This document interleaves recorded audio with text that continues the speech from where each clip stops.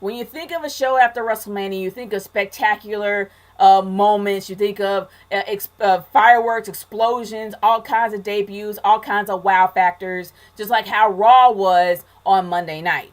Now, when it comes to SmackDown Live, I'm just going to say this and just put it right out there. This is the first SmackDown Live after WrestleMania ever. This is the first time. So I am going to be a little lenient on it, but I'm not going to give it a complete pass. There are some negatives in the show as well as positives in the show. And I guess I'm going to get with the positives first. Miz and Maurice are hilarious. They are really, really funny. And especially the fact they came out there dressing up as John Cena and Nikki Bella again and kind of mocking them to try to call them out, even though we know they're not going to show up because John Cena's done after WrestleMania and so is Nikki. So we knew we weren't going to see them. But they were absolutely hilarious. They came out and I just had fun with them. I really did. The second thing that I can say is a huge positive and huge plus is the crowd.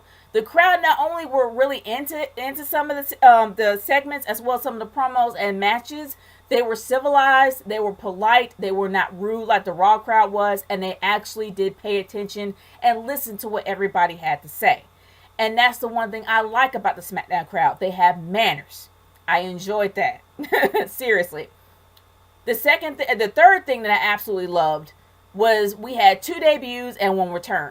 Even though Raw had many debuts and returns, we had 3. Well, 2 returns and 1, and you know what I mean.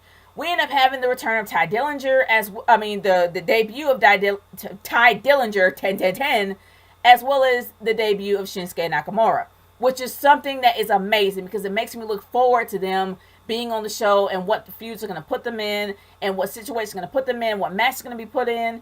It just looks like there's so many opportunities for them to go far and be great on that show.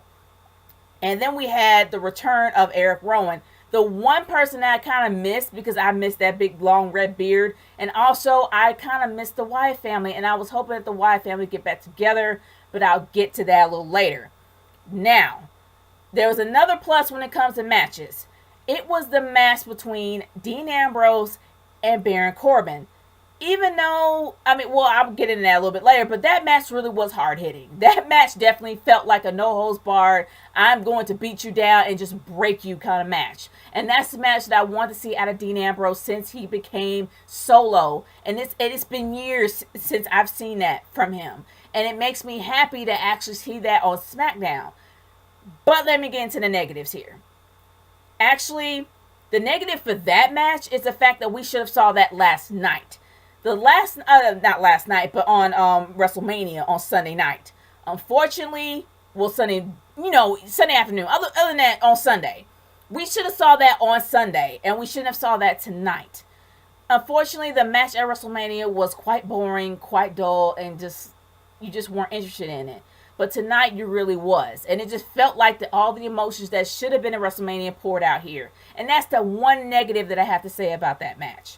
Now, moving on to a positive that I actually did miss, definitely was the segment that for Shane McMahon. Shane McMahon had mad respect for the crowd after that match because that match really was great, and it surprised me, especially how Shane took it seriously by using submission holds, moves that he wouldn't usually do, a shooting star press. It was phenomenal, no pun intended. And speaking of phenomenal, we ended up having AJ Styles that came out and gave credit where credit is due. That ended very well. And that makes me happy because we know that AJ Styles might be going to Raw probably after the draft, but we don't really know yet. But other than that, I like that. I really do. I love when heels give faces credit where credit is due and move on. Mad respect. That's honor right there.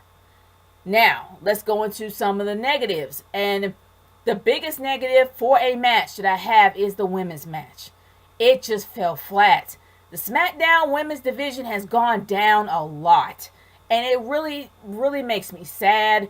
The women's match at WrestleMania was horrible and honest and really, really sloppy. The match between Naomi and Alexa Bliss was not good at all. And it was mostly because I felt like that Naomi was just allowing Alexa Bliss to win and they were not working for it. Like, it makes me feel like Naomi really wasn't working for it because it really wasn't much of a challenge for Alexa Bliss to go against her. She looked like she was just giving her a calf stretch.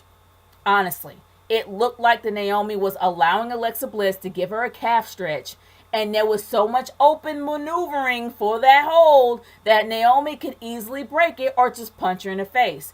But unfortunately, nothing happened there. It just seemed like Naomi was just allowing her to get the upper hand, even though she can easily counter her and take her down. That's the one thing that just made me sad and very upset about this match, because Naomi did not get her just due, and it just looks like that she should not have lost the title in the first place, and she had to literally sit down for maybe a few minutes to allow Alexa Bliss to win, which means, well, more like lay down to have Alexa Bliss to at least give her the upper hand and not so much to win. The match really wasn't that good. Naomi didn't really look like she was, well, I'm not going to say she wasn't selling the injury. It just looked bad. The injury just didn't look legit. I'm just saying. But overall, that was not a good match at all. But let's move on to the main event.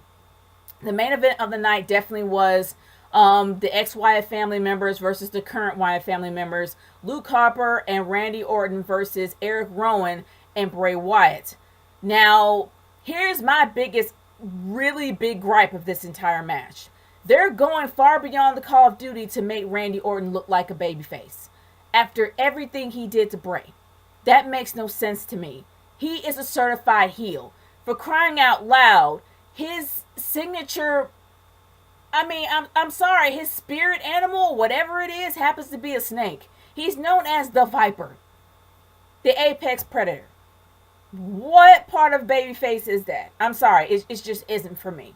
But other than that, after everything that he's done, they're trying to make him a babyface and trying to make Bray Wyatt look like the heel.